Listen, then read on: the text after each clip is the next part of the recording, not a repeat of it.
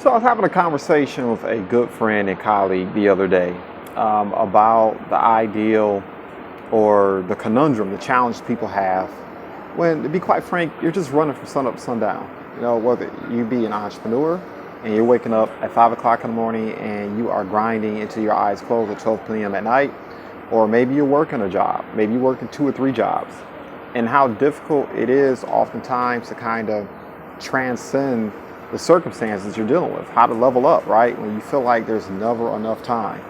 And of course, you know, if you're a leader, if you're the head of an organization, or if you are in an environment where you are actually helping people or attempting to help people to kind of transcend those circumstances, right?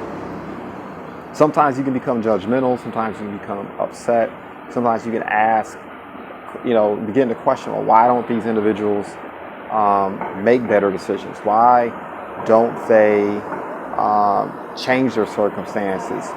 Why is it that it takes so much effort to get people to transform their life and their circumstances? And look, here's the thing at the end of the day, it's easier said than done, right? It's really easy to be judgmental when you are in a situation where you can see further ahead than the next block or the next 2-3 minutes. What you have to remember is that these individuals are oftentimes what I refer to, they're locked in an anaerobic state, right? Anyone who works out with some regularity and studies physical health knows what I'm talking about, right? It's the comparison I would utilize is, lions chasing down a gazelle, right? The gazelle is faster than the lions. The lions have to sprint after the gazelle. But over the course of the long haul, over the course of that, when you move from sprint to marathon, that lion catches that L every single time, right? And who are the lions, right? The lions are your bills. The lions are family challenges and issues, conflicts at the workplace, things that just drain you, that pull on you, that sap your energy, right? Those are the lions. The bottom line is, the reason why people have such a difficult time overcoming their circumstances is because they are that gazelle being harassed and chased by the lions. Now, how do the lions catch the gazelle despite the fact that the gazelle is faster than the lions, right? What they do is they gain up, right?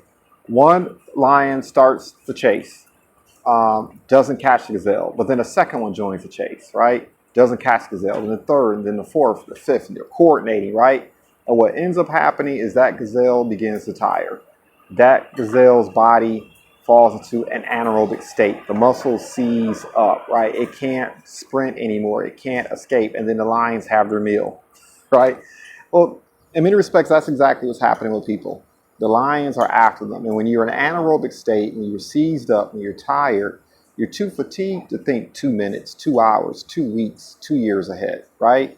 You're too fatigued by the end of the day, mentally and psychologically, right? Because once again, when you're in that anaerobic state and you're constantly running and fighting for survival, it is hard to find the energy that's required to actually pull yourself out of the situation. And that's what I would encourage people to kind of reflect on when they're asking why is it that people don't change their circumstances. You got to get out of that anaerobic state, right? You have to find time. And I know if you're dealing with a situation which you're already getting ready to say, well, I don't have time.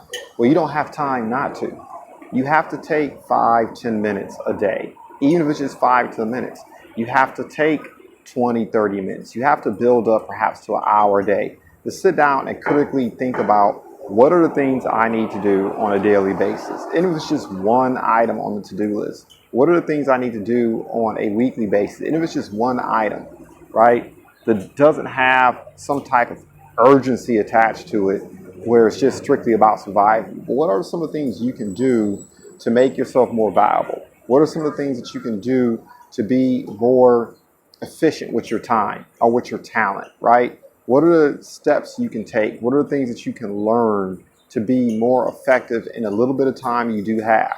And look, snowflakes turn into snowballs, but you have to be willing to set aside the time to think critically about these things, or else you're going to be literally day to day, hour to hour, right, minute to minute, constantly stressing out. You feel like you don't have time to breathe. You don't have time to think.